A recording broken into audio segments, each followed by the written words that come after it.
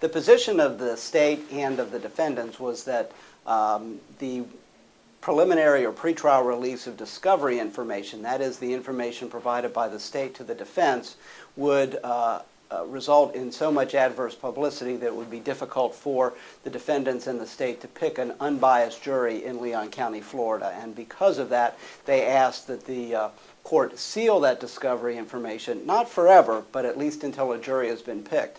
Now, we don't know when the trial is going to be, but the judge indicated we're probably a year to 18 months away, so that information would remain sealed for quite some time if those requests had been granted. The requests were actually modified somewhat at the hearing, and what instead they were asking is that all the information in discovery be sealed temporarily for some period, 90 days or something along those lines, in order for the parties to be able to review it, to determine whether or not they believe that any particular piece of evidence would be so prejudicial that it would make it difficult to pick a jury in Leon County. And at that time, they would then ask the judge to review the evidence specifically and determine whether that specific piece should remain confidential until the trial occurs in this case. So is that the final decision on this? No, that was just simply what the state asked for.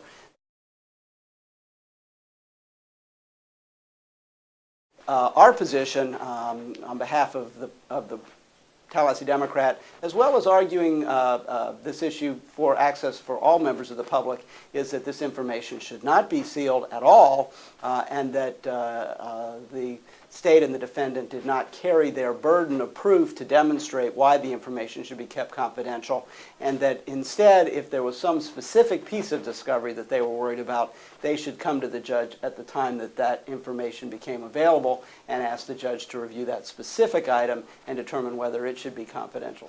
Under Florida law, the court is to consider three basic factors. The first factor is whether the closure of the information is necessary to prevent a serious and imminent threat to the administration of justice. The second is whether or not there are other alternatives, short of closing the documents, that could be used instead of actually sealing the information from the public. And the third question is whether closure would in fact be effective as a way of preventing any prejudice to the defendants and their ability to get a jury selected. We've argued that, in fact, none of the parts of the test were satisfied, that even though there has been a lot that's been in the paper and on television about this case, that it wasn't so significant and sufficient enough to satisfy that test.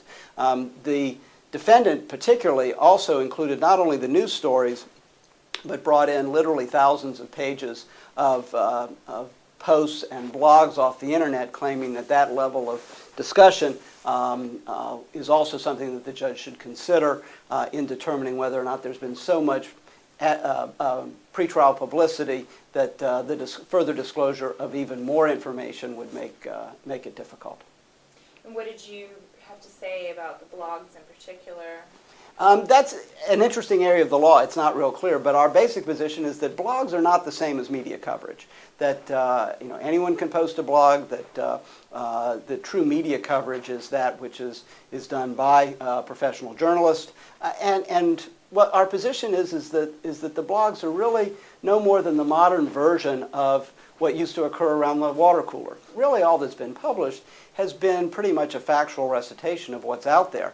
And to the extent that people are jumping to conclusions on posts or blogs, that's going to happen whether or not this additional information is released. And in fact, we think that the more information that's out there, then people will be better informed. And instead of speculation, they can base their views on the facts. And both sides of the story will be out there. There's no question, but the defendant's right to get a fair trial is important, and maybe the most important thing that the judge has to consider. But that being said, the amount of information that's out there already, as well as all of the posts and blogs, aren't going to change by sealing this information. Instead, people are simply going to wonder what's out there that they're not learning about if the motion is granted. The law does not require jurors to be completely ignorant. What the law essentially requires is that jurors not have so many preconceived notions that they can't put those